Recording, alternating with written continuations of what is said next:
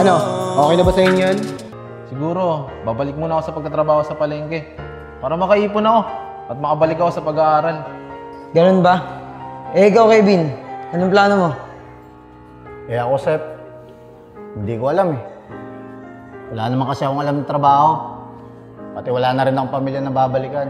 Eh Kevin, gusto sumama ka na lang kaya sa akin sa palengke para makapag-ipon ka. Talaga, Esko? Sige, sama ako dyan. Maraming salamat. Wala yun. Eh, yun naman pala eh. May kanya-kanya na tayong pupuntahan. O paano mga tol? Magkanya-kanya na muna tayo. Hanggang sa muli natin pagkikita. Hanggang sa muling pagkikita, mga pre.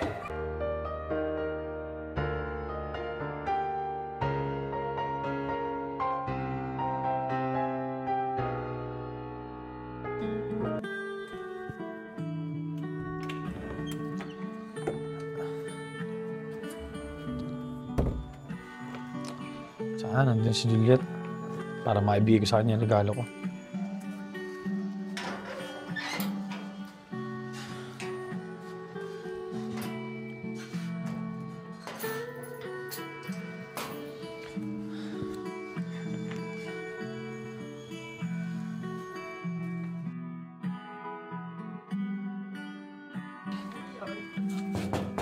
Juliet! Juliet! Juliet! Mukhang walang tao.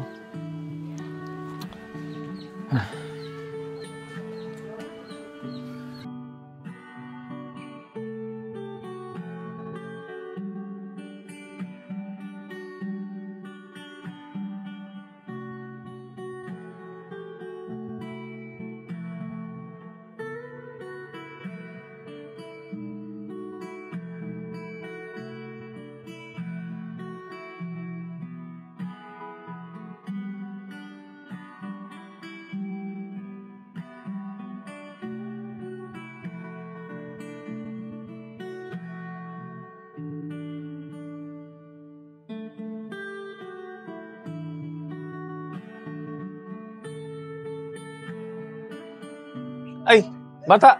Nandiyan ba si Juliet? Wala na yun dito. Nasa probinsya na yun. Ah, ganun ba?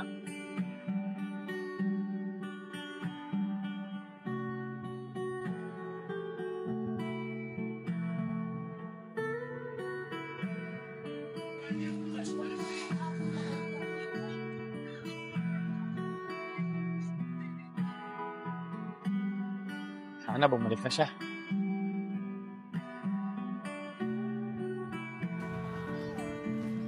Sana nandun si Andre. Para makapagsabi ako na may pasok na ako sa trabaho. O, kanino ba ito? Oh, ayun pala si Andre. Uy, tol. Nandiyan ka pala. Sep, ikaw pala. Anong ginagawa mo dyan? Eh, Sep, umaasa ako na baka bumalik pa si Juliet eh. Para naman maibigay ko yung regalo ko sa kanya. Eh, Andre. Ikaw talaga yung sadya ako dito. May gusto sana ako sabihin sa'yo eh. Oh, Sep, ano yun? Eh, baka pwedeng ipasok mo naman ako sa trabaho mo. Kung may bakante. Eh, Sep, di ko pa alam eh. Kasi ako nakakapasok. Pero pagbalik ko at may bakante, sasabihan kita. Talaga na, Andre. Aasahan ko yan, ha? Ah, sige, Sep. Basta sasabihan na lang kita. Siya nga pala, ba't mag-isa ka? Asan yung mga kasama mo? Ah, sila ba? Eh, napagpasyaan namin na magkanya-kanya na muna. Mag-aaral na kasi yung mga bata namin. At kami naman mga mas nakakatanda, magtatrabaho muna kami para makatulong kami sa kanya-kanya namin pamilya. Maganda nga yung naisip niyo, Joseph, na tumulong muna kayo sa pamilya niyo. Tama ka nga, Andre. O paano? Yung sa trabaho, ha? Huwag mo akong kakalimutan. Pag may bakante, pasok mo ako. O sige, Sep. Ano problema yun? Tuloy na ako. Ay, siya nga pala, Andre. Payo ko lang sa'yo. Huwag ka nang umasa na bumalik pa si Juliet. Baka masaktan ka lang. O, dito na ako, ha? Sige, Sep.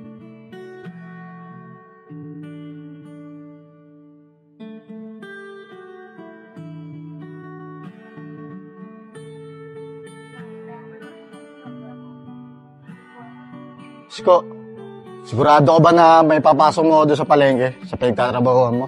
Oo, Bin. May papasok kita doon. Magtiwala ka lang. Marami akong kilala doon eh. Sige, Siko. May tiwala naman ako sa'yo eh. Tara.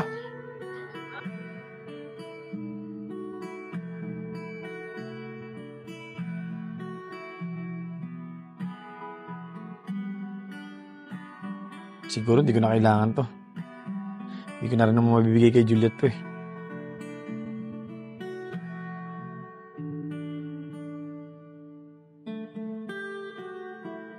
Uy, Kevin, ano yung tinapon ni Andre? Tara, tingnan natin. Tara!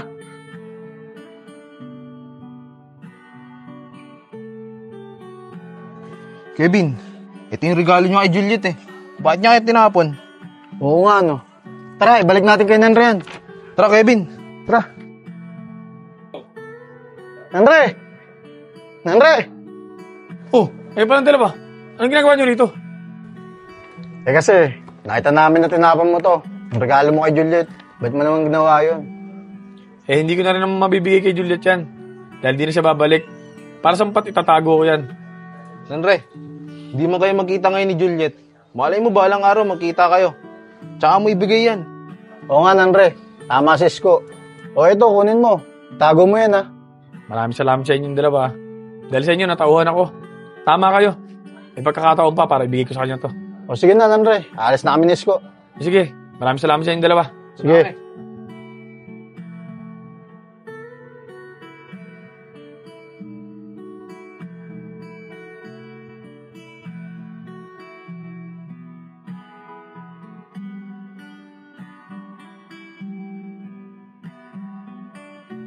Nandre? Nandre? Sino yan? Nandre? Ay, Ate Onang. Ay po pala. Eh, di ba po sabi ko sa inyo, sa susunod na linggo pa po ako magbabayad ng bayad ko sa upa? Naparito ako para sabihin sa'yo na huwag ka na magbayad ng upa. Talaga po, Ate Onang. Maraming salamat po. Pero, teka po. Ba't hindi nyo na po ako pinagbabayad? May nakabili na kasi ng bahay na yan eh. Gusto, bukas na bukas, umalis ka na dyan para makalipat na siya. Ate Onang, napakabilis naman po. Baka po pwedeng bigyan nyo pa po ako ng isang buwan na palugit. Pasensya ka na, Nandre, ha? Hindi talaga pwede. Kahit isang linggo na lang po, Ate Onang. Hantayin ko lang po yung sahod ko. Wala po talaga kasi ako matutuluyan eh. Kung gusto mo, Nandre, ikaw na makipag-usap dun sa bago may-ari. Wala na kasi akong karapatan sa bahay na yan eh. Kung gusto mo kausapin siya, nandyan siya sa labas. Sige po, Ate Onang. Pwede niyo po ba ako samahan sa kanya? O sige, tara. Puntahan natin. Sige po.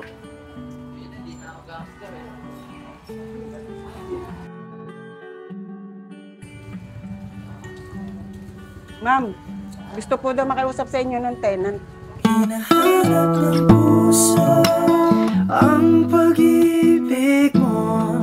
Hindi ito malilimutan ng pagmamahal. Ba't makikiusap pa? Kailangan ko na lumipat dyan bukas. Juliet, ikaw na ba yan? Ang laki ng pinagbago mo ah. Kamusta ka na? Kala ko di ka na babalik eh. Okay lang naman ako.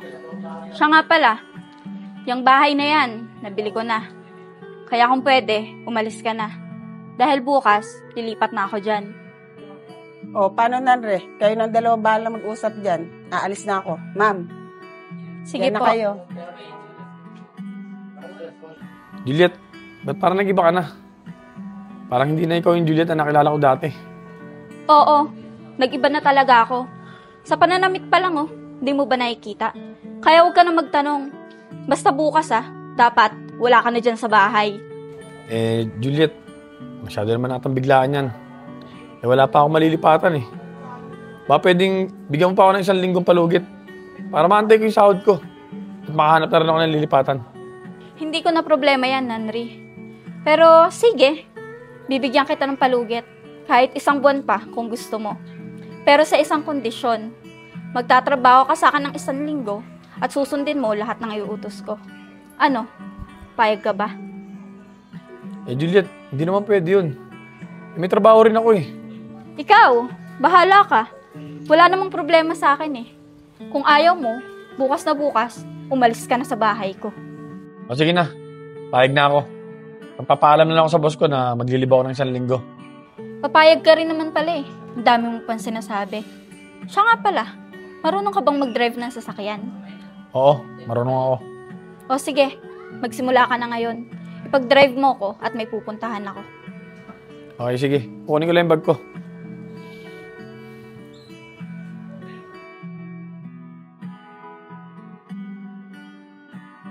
Kaya Joseph, sigurado bang dadating ngayon si Ate Juliet?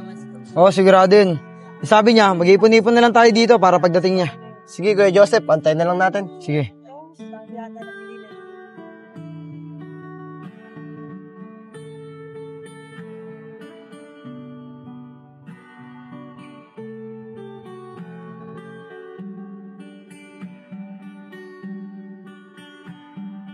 Oh, Juliet, nandito na tayo. Anong Juliet? Simula ngayon, Ma'am Juliet na itatawag mo sa akin. Dami mo na akong kondisyon. O sige na, Ma'am Juliet na ako, Ma'am Juliet. Oh, Ma'am Juliet, nandito na po tayo. Pwede na po kayong bumaba. Anong pwede na po kayong bumaba? Buksan mo yung pinto! Ay, nako.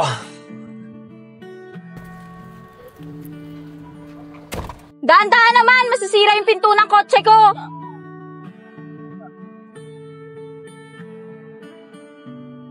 Oh, Ma'am Juliet, makakababa na po kayo.